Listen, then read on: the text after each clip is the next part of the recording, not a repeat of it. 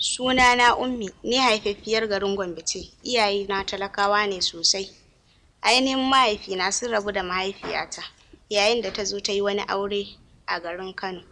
A tashin farko, ina da ra'ayin na yi karatu na zamani. To amma kuma iyayena ba sa so. Su burinsu kawai na fita tallan goro na kawo musu kuɗi. Yau da gobe, ni ma har ya zama na karatun ya fita daga kaina. Sa'in da mahaifiyata take gaya min idan ban yi tallan ba ina za a samu kuɗi a sai min kayan ɗaki. Jarin goro na ba zai wuce naira 2000 ba.